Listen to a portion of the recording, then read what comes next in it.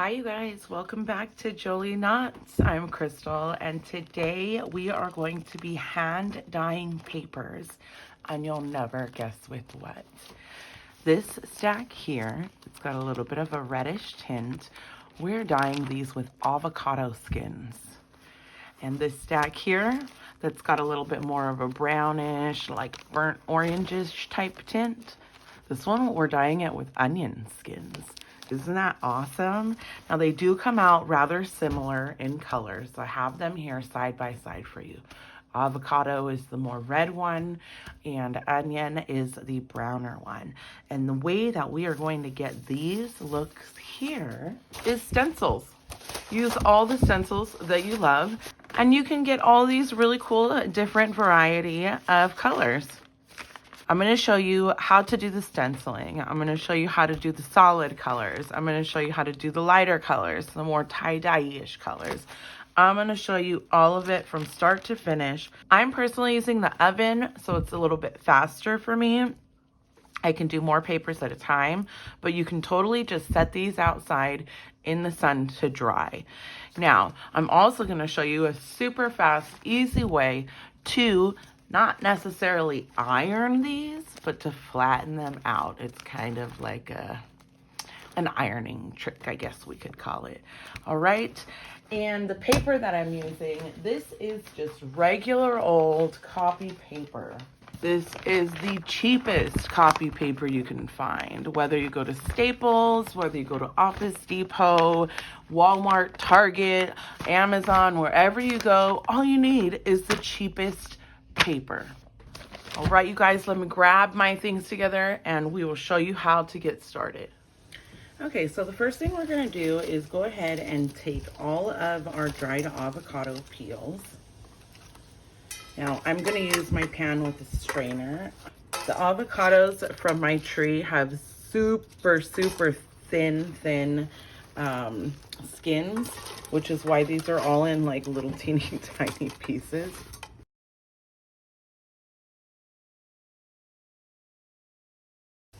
Okay, so this is about, I don't know, maybe 6 or 7 avocado peels. A pretty good amount. And then I'm going to fill this pot all the way up with water. Okay, so we've got our pot all the way full with water. We're going to bring this to a boil and then let it simmer for about 2 hours. And I'll show you how the color starts coming out. While we've got the avocados going, we're going to do the same thing with our onion peels. I'm not going to worry too much about the stickers. It doesn't really matter. We're going to strain it all out anyways. And I'm also not going to separate the yellow onions from the red onions. I'm just going to put them all together. Fill this up with water. All right, and this one will go on the stove with it. And we will come back to check them. Okay, these have been simmering now for about an hour. This is the color of the avocado. And once we get it into the paper, it should come out a little bit more red. So that's the color of it right now. We're gonna leave it to simmer for about another hour. And here is the color of the onions. What a nice, deep, beautiful, like burnt orangey color. So nice, so nice. And I gotta say, I love onions, so it smells really good. So we're just gonna leave these again, like I said, for about another hour, see if we can get the color to get any deeper. And we'll come back and check it again. Okay, it has been a little bit over 2.5 hours. Look at that amazing color. Now I'm gonna turn this fire off and let these guys cool down, and then I'm gonna go ahead and get the baking soda so we can add it and we can strain, and then we can dye our papers. Okay, so once you've strained it, we're just putting a couple of tablespoons of baking soda, and that's just gonna help to lower the acidity so that way your pages don't get too brittle from the acidity inside of these. So this one is the onion. And this one so far is the avocado. And we're gonna let these cool and then we can start dyeing the papers.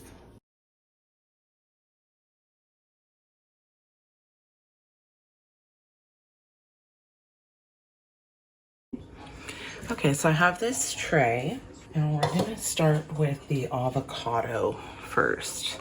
So this is cooled, and I'm just gonna pour in water enough, about half of the water, and then get a stack of paper, just a big stack, and just start setting it in there.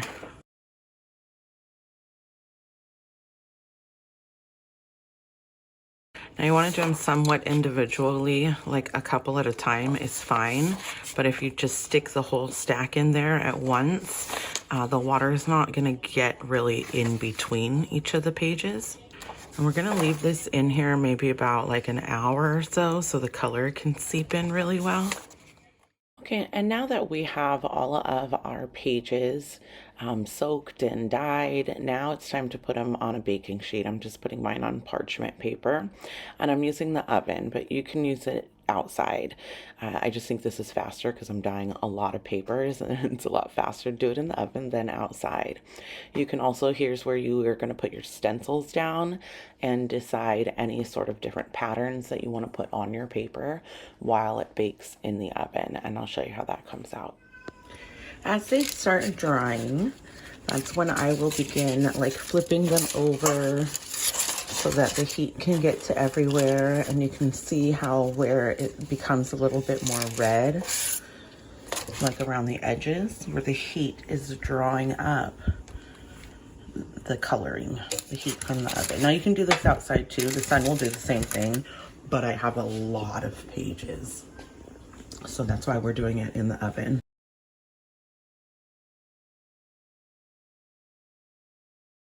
So you can see how the coloring has changed a little bit. These pages are overlapped, so the color will come out a little bit differently where you overlap the pages. And then we also have this one with stencils on it. So we can take the stencils off now, and what you'll see is that color. But because it's still wet, if you leave the stencils off now, it's going to continue to draw up the heat, draw up the color with the heat, and then it'll kind of wash it out. So I try to leave the stencils on it until it gets dry. That way the design is more prevalent. So we'll put these back again, and I just have the oven set at the lowest setting that it goes. Okay, so remember I said if you put them in a big stack that they wouldn't like color all the way through, like if you just put a bunch of papers at the same time. We're gonna test that out right now. So I did a big stack, and look at that. It is true. It doesn't color all the way through, but that could be a super cool little coloring technique to get these lines in it. So we're gonna take out a few big stacks, and we're just gonna let it dry there, and then we'll come back and see what it looks like. We're also gonna check out now what some of the stencils look like. All right, so we've got some of the stencils here, and that looks totally dry. So this top one took the color really well, where the bottom one, you can tell, it just takes it very slightly. Oh, you can't even tell in the video, but I could tell in person. Then we have the stencils here. These smaller stencils.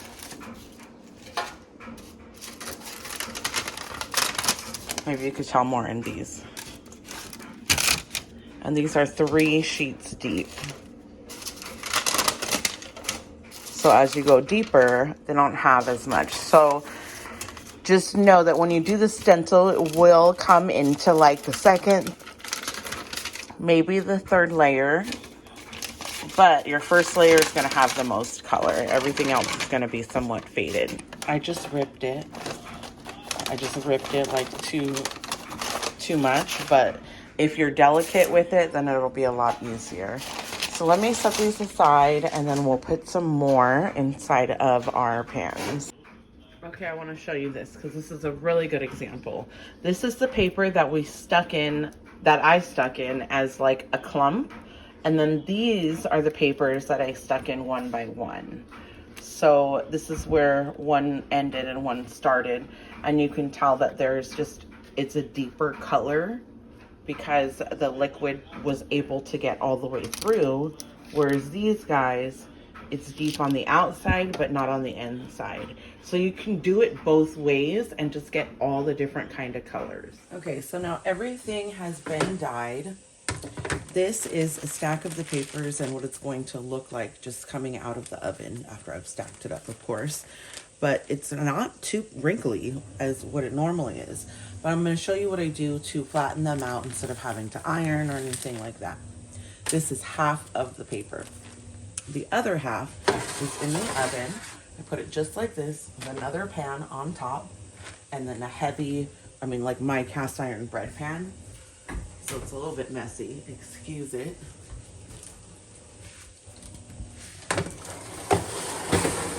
And this is just a weight to hold it down. And then you have all your papers nice and flattened out. See? Nice and warm and flat. As opposed to those. So you can see the difference like that, I think, I hope. So now I'm gonna do the same thing with the other pan. Oh, I wanted to show you. This is the avocado dyed paper. This one here is the avocado dyed paper. So it's kind of like a burnt reddish. Now the onions, because I put them both together, the brown and the yellow, it did come, or the brown and the red, or whatever color, what I use, red and brown. They came out really similar, but more of like a burnt orangey color, which I think is cool. So here's kind of like a side by side. But remember, a lot of the dye that's there and what color that's going to be coming up. So your pages are going to be a lot of different shades. So now let's do our little trick on this one. And I just left it in for 30 minutes. I just told Alexa to set an alarm for 30 minutes. Okay, everybody, thank you so much for joining me. Thank you for being here. Don't forget to like and subscribe and share my content if you like it. Don't forget to comment below and let me know how your dyed papers turned out.